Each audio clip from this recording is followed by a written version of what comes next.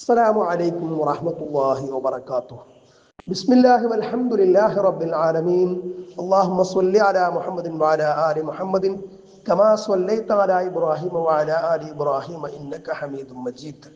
അല്ലാഹുമ്മ ബാരിക് അലാ മുഹമ്മദിൻ വഅലാ ആലി മുഹമ്മദിൻ കമാ ബാറക്ത അലാ ഇബ്രാഹിമ വഅലാ ആലി ഇബ്രാഹിമ ഇന്നക ഹമീദും മജീദ്. പ്രിയപ്പെട്ട സഹോദരങ്ങളെ, സ്വഹീഹുൽ ബുഖാരി ദർസ് 1. ഇമാം ബുഖാരി റഹിമഹുല്ല ഇസ്ലാമിലെ ഏറ്റവും പ്രശസ്തരായ മുഹദ്ദിസുകളിൽ അഥവാ ഹദീസ് പണ്ഡിതന്മാരിൽ ഒരാളാണ്. അദ്ദേഹത്തിൻ്റെ പൂർണ്ണനാമം Muhammad bin Ismail bin Ibrahim bin Mughirah bin Bardizbah al Ju'fi Abu Abdillah al Bukhari എന്നാണ്. ബുഖാരി എന്നത് അദ്ദേഹത്തിൻ്റെ ജന്മദേശമായ ഇന്നത്തെ ഉസ്ബെക്കിസ്ഥാനിലെ ബുഖാറ എന്നതുമായി ബന്ധപ്പെട്ട പേരാണ്.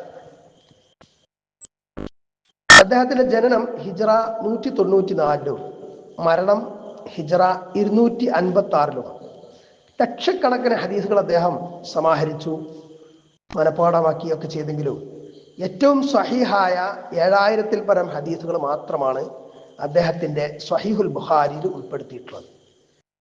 സ്വഹീഹുൽ ബുഖാരിയുടെ ശരിയായ പേര് അൽ ജാമിഉ സ്വഹീഹുൽ മുസ്നദ് അൽ മുഖ്തസർ മിൻ ഉമൂരി റസൂലില്ലാഹി സ്വല്ലല്ലാഹു അലൈഹി വസല്ലം വ സുനനിഹി വ അയ്യാമിഹി എന്നാണ്.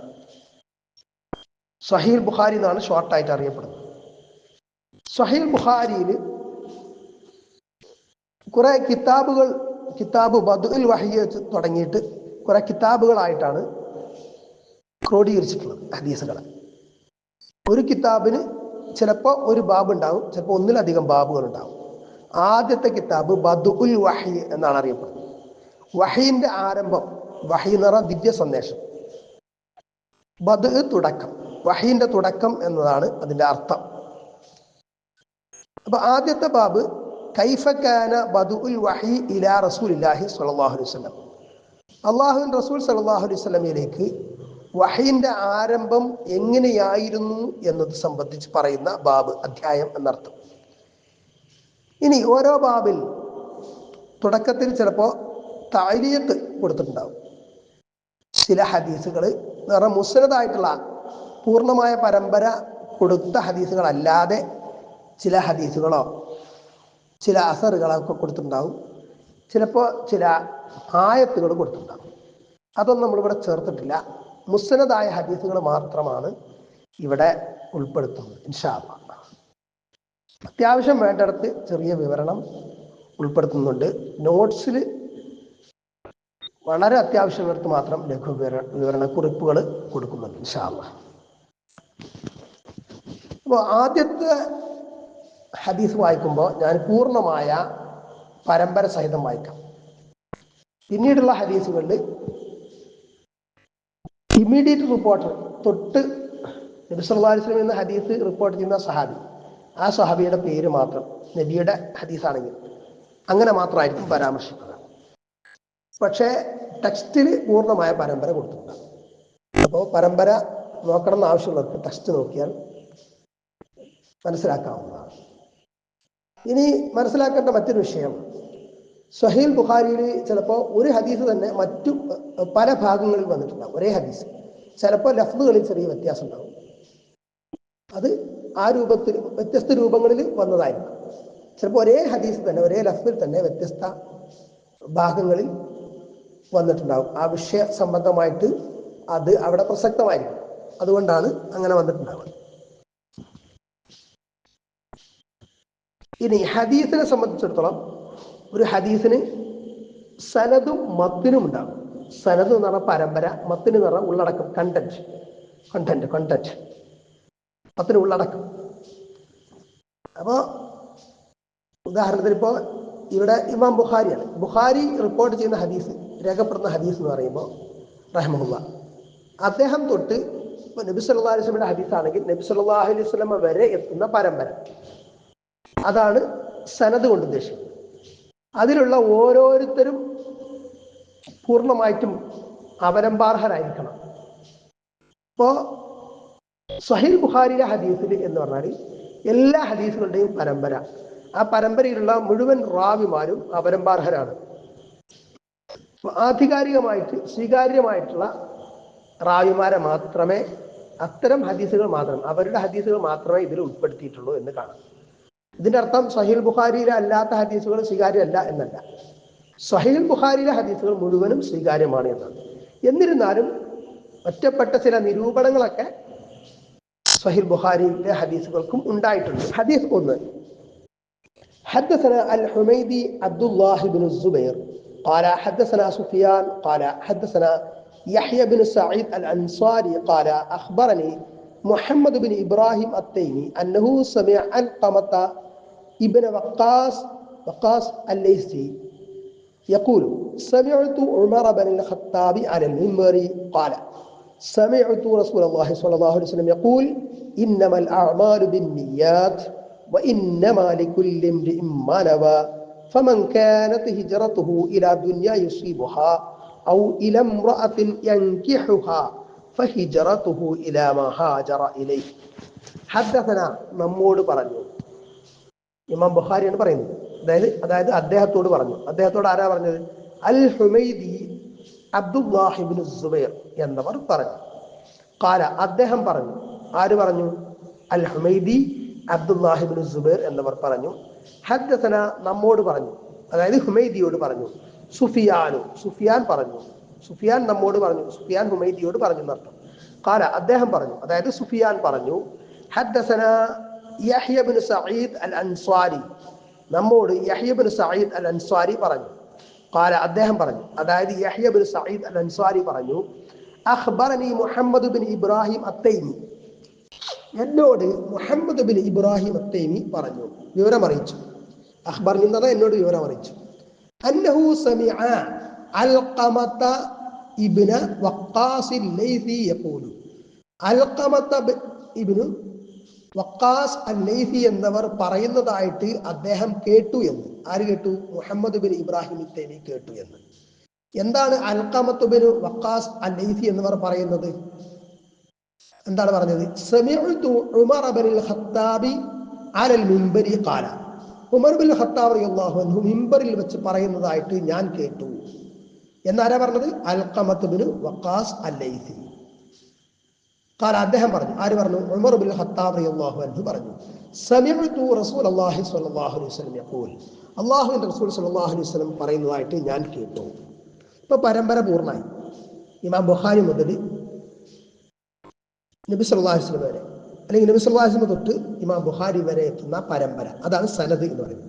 ഈ സനദിൽ ഇപ്പോൾ കുറേ റാവിമാരെ പറഞ്ഞല്ലോ. ഈ റാവിമാര് സഹീഹ് ബുഖാരിയിലുള്ള റാവിമാരെല്ലാവരും അവലംബാർഹരാണ്, യോഗ്യരാണ്. സഹീഹ് മുസ്ലിമിലും ഒക്കെ അങ്ങനെ തന്നെ. മറ്റുള്ള ഗ്രന്ഥങ്ങളിൽ ചിലതിലൊക്കെ ചിലപ്പോൾ ഒന്നോ രണ്ടോ റാവിമാർക്ക് എന്തെങ്കിലും പ്രശ്നമുണ്ട്. ഉദാഹരണത്തിന് ഹിഫ്ള് കുറവ്, മനപ്പാടം കുറവുള്ള ആളാണ്, അല്ലെങ്കിൽ ദുർബലനാണ്, അത്രമാത്രം അവലംബാർഹനല്ല, അല്ലെങ്കിൽ ചെറിയ കുഴപ്പക്കാരനാണ്, ഇങ്ങനെ ചില പ്രശ്നങ്ങളൊക്കെ പറഞ്ഞിട്ടുണ്ട്. ദുർബലനാണ്, ഇങ്ങനെയുള്ള പോലെ ചിലപ്പം വ്യാജ ഹദീസുകൾ കെട്ടിയുണ്ടാക്കുന്ന ആളാണ് എന്നൊക്കെ പറഞ്ഞിട്ടുണ്ടാവും. അങ്ങനെയൊക്കെ പറഞ്ഞിട്ടുണ്ടെങ്കിൽ വ്യാജ ഹദീസ് കെട്ടിയുണ്ടാക്കുന്ന ആളാണെന്ന് ഒരു റാവിയെ കുറിച്ച് പറഞ്ഞാൽ തന്നെ ആ ഹദീസ് എന്താണ്? ആ ഹദീസ് വ്യാജമാണ്. ബാക്കിയുള്ള എല്ലാവരും നല്ല യോഗ്യരാണെങ്കിലും പരമ്പരയിൽ ഒരാൾ മോശക്കാരുണ്ടായ, മോശക്കാരൻ എന്ന് പറഞ്ഞാൽ ഹദീസ് കെട്ടിണ്ടാക്കുന്ന ആളാണെന്ന് പറഞ്ഞാൽ പിന്നെ അയാൾ ആ ഹദീസ് എന്താണ്? ആ ഹദീസ് വേറെ പരമ്പരയിലൊന്നും വന്നിട്ടില്ലെങ്കിൽ ആ ഹദീസ് പൂർണ്ണമായിട്ടും അത് ഹദീസ് തന്നെയല്ല, അത് വ്യാജ ഹദീസാണ്, മൗദൂആയ ഹദീസ്. നേരെ മറിച്ച് ഒരു റിപ്പോർട്ടറെ കുറിച്ച് ഒരു ന്യൂനത ഉണ്ട്, ദുർബലനാന്ന് പറയുന്നുണ്ട്, ഒന്നോ രണ്ടോ റിപ്പോർട്ടർമാരെ കുറിച്ച്, അല്ലെങ്കിൽ അതിലധികം റിപ്പോർട്ടർമാരെ കുറിച്ച്. അപ്പോൾ ആ ഹദീസ് ദുർബലം എന്ന് പറയും, എന്നാൽ വ്യാജ ഹദീസ് എന്ന് പറയാം. അതേസമയം സ്ഥിരപ്പെട്ട ഹദീസാണോ? അതുമല്ല, ദുർബലമായ ഹദീസ്. ദുർബലമായ ഹദീസാണ് നബി സല്ലല്ലാഹു അലൈഹി വസല്ലം പറഞ്ഞതാണോ അല്ലേ എന്ന് ഉറപ്പിച്ചിട്ടില്ല, ഉറപ്പ് പറയാൻ പറ്റില്ല. അത്തരം ഹദീസുകൾ തെളിവിന് പിടിക്കാൻ പറ്റില്ല. അതേസമയം ദിക്റുകൾ, ദുആകൾ, അതിന്റെ ഫദ്ലുകളൊക്കെ പറയുന്നിടത്ത് അത്തരം ഹദീസുകൾ പറയുന്നതിൽ തെറ്റില്ല, ആ ഫദ്ല് അതിനുണ്ടെന്ന് ഉറപ്പിക്കാൻ പറ്റൂല എന്ന് മാത്രം. അപ്പോൾ ഉമർ ഇബ്നു ഖത്താബ് റളിയല്ലാഹു അൻഹു മിമ്പറിൽ വെച്ച് പറയാണ്, ഞാൻ അല്ലാഹുവിന്റെ റസൂൽ സ്വല്ലല്ലാഹു അലൈഹി വസല്ലം പറയുന്നതായിട്ട് കേട്ടു എന്നിട്ട് പറയണം. അതായത് നബി പറഞ്ഞ വചനം പറയണം, ഇന്നമൽ അഅമാലു ബിന്നിയാത്ത് വഇന്നമാ ലികുല്ലി ഇംറിഇൻ മാ നവാ ഫമൻ കാനത് ഹിജ്റതുഹു ഇലാ ദുനിയാ യുസീബുഹാ ഔ ഇലാ ഇംറഅത്തിൻ യൻകിഹുഹാ ഫഹിജറതുഹു ഇലാ മാ ഹാജറ ഇലൈഹി. ഇതാണ് ഹദീസിന്റെ മത്തിന് ഉള്ളടക്കം. നബി സല്ലല്ലാഹു അലൈഹി വസല്ലം പറഞ്ഞ ഭാഗം ഇതാണ്.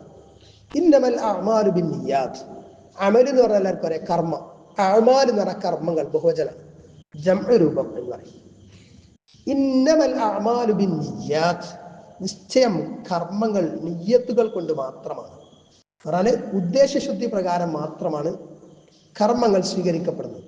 ഒരു സൽക്കർമ്മം ചെയ്തു, അത് നല്ല ഉദ്ദേശത്തിൽ അള്ളാഹുവിന്റെ വജ്ഹ് ഉദ്ദേശിച്ചാണെങ്കിൽ അതിന് പ്രതിഫലം ലഭിക്കും എന്നതാണ്.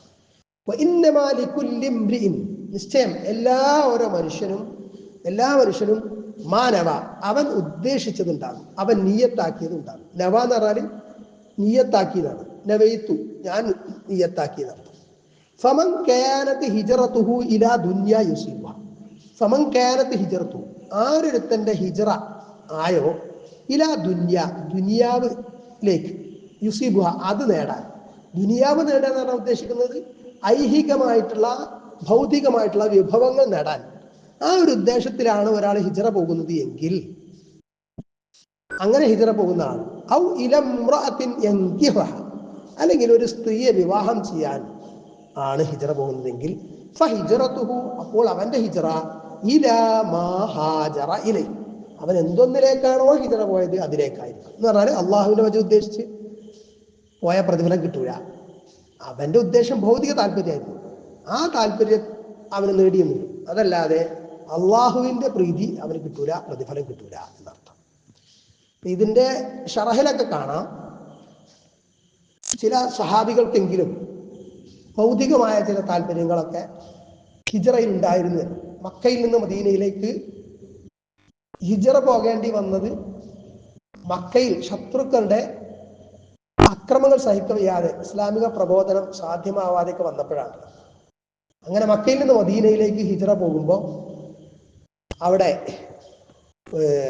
ഒരു സഹാബിക്ക് ഒരു സ്ത്രീയെ, മദീനയിലെ ഒരു സ്ത്രീയെ വിവാഹം ചെയ്യണം എന്ന് താല്പര്യം ഉണ്ടായിരുന്നു എന്നൊക്കെ ഇതിന്റെ ഷറഹിൽ കാണും. അപ്പൊ അത് നബി സല്ലല്ലാഹു അലൈഹി വസല്ലം മനസ്സിലാക്കുകയും ആ സാഹചര്യത്തിൽ ഇങ്ങനെ ഒരു ഹദീസ് പറയുകയും ഉണ്ടായി എന്നൊക്കെ വിശദീകരണങ്ങളിൽ കാണാം. പക്ഷെ അത് സന്ദർഭം സാഹചര്യം എന്താണെങ്കിലും ഇത് പൊതുവായിട്ട് ബാധകമാണ്. ഇതിന്റെ അടിസ്ഥാനത്തിൽ അമലുകൾക്ക് നിയ്യത്ത് വേണമെന്ന് മനസ്സിലാക്കി. സൽക്കർമ്മങ്ങൾക്ക് ഒരാൾ രാവിലെ മൺവെട്ടിയും കോടാലിയൊക്കെ എടുത്ത് മരം വെട്ടാൻ പോകുന്നു, അല്ല വേറെന്തെങ്കിലും ജോലിക്ക് പോകുന്നു, അതിനിപ്പം മരം വെട്ടാനാണെങ്കിലും ഉപജീവനം തേടിക്കൊണ്ട് ഹലാലായ മാർഗത്തിൽ പാടത്ത് കളക്കാനാണെങ്കിലും റബ്ബിൽ കളക്കാനാണെങ്കിലും, അത് എൻ്റെ കുടുംബത്തിന് ഹലാലായ ഒരു ഉപജീവനത്തിന് വേണ്ടിയിട്ടാണ് ഞാൻ പോകുന്നത്, ഹലാലായ മാർഗത്തിൽ ഭക്ഷണം നേടാനാണ് ഞാൻ പോകുന്നത് എന്ന നിയ്യത്തിലാണെങ്കിൽ അവന് ആ ജോലി മുഴുക്കെ അവനെ ഇബാദത്തായിട്ട് പരിഗണിക്കപ്പെടും. കാരണം അവന്റെ നിയ്യത്ത് നല്ല നിയ്യത്താണ്. അതേസമയം ഒരാൾ രാത്രി തഹജ്ജുദ് കുറേ നിസ്കരിക്കുന്നുണ്ട്, പക്ഷെ അയാൾ ആകെ ശിർക്കിൽ മുങ്ങി ആളാ, അള്ളാഹുവിൽ മാത്രം തവക്കുലാക്കുന്ന ആളല്ല, അള്ളാഹുവിൽ ഭരമേൽപ്പിക്കുന്ന ആളല്ല. അവൻ എന്തെങ്കിലും പ്രയാസമോ പ്രതിസന്ധിയോ ഉണ്ടായാൽ അവനെ കുത്തുബിയത്ത് നടത്തുക, മുഹീദ്ദീൻ ശൈഖിനെ വിളിച്ച് തേടുക, ഇതൊക്കെയാണ് അവന്റെ പണി എങ്കിൽ അവനെത്ര തഹജ്ജുദ് നിസ്കരിച്ചും കാര്യമില്ല. കാരണം അവന്റെ തഹജ്ജുദിൽ ഇഖ്ലാസില്ല, അള്ളാഹുവിന് മാത്രം തനിച്ചാക്കി ഇബാദത്താണ്. മറ്റുള്ളവർ കാണാതെ ആണ് ചെയ്യുന്നതെങ്കിലും അവിടെ ഇഖ്ലാസ് വന്നില്ല. ഇഖ്ലാസ് അവിടെ വലിയ ശിർക്ക് വരിക. കാരണം എന്താ, അള്ളാഹുവിനും ഇബാദത്ത് ചെയ്യാം, അള്ളാഹുവിനോടും നരകമോചനം തേടാം, മുഹീദ്ദീൻ ശൈഖിനോടും നരകമോചനം തേടാം. എന്നൊരാൾ വിശ്വസിച്ചാൽ എന്തായി, അയാൾ ചെയ്യുന്ന സംഗതി ഷിർക്കായി, അയാളുടെ ഇബാദത്തൂറും ബാത്തിലാണ്. അതേസമയം ഒരാൾ മറ്റുള്ളവരെ കാണിക്കാൻ വേണ്ടിയിട്ട് ഇബാദത്ത് ചെയ്യാതാലോ, അത് ചെറിയ ഷിർക്കാണ്, ഷിർക്കുൽ അസ്ഗറാണ്. അവിടെയും പൂർണ്ണമായ പ്രതിഫലത്തിന് അയാൾ അർഹനല്ലാതായിത്തീരും എന്നതാണ്. അപ്പൊ ഇവിടെ നിയ്യത്തിന്റെ പ്രസക്തി എന്ന് പറയുമ്പോൾ ഇഖ്ലാസിന്റെ പ്രസക്തി കൂടിയാണ്. അതുകൊണ്ടാണ് ഇമാം ബുഖാരി റഹിമഹുല്ലാ ആദ്യം തന്നെ ഈ ഹദീസ് അദ്ദേഹത്തിന്റെ കിതാബിൽ കൊണ്ടുവന്നിട്ടുള്ളത് എന്നും പണ്ഡിതന്മാർ പറഞ്ഞതായിട്ട് കാണാവുന്നതാണ്.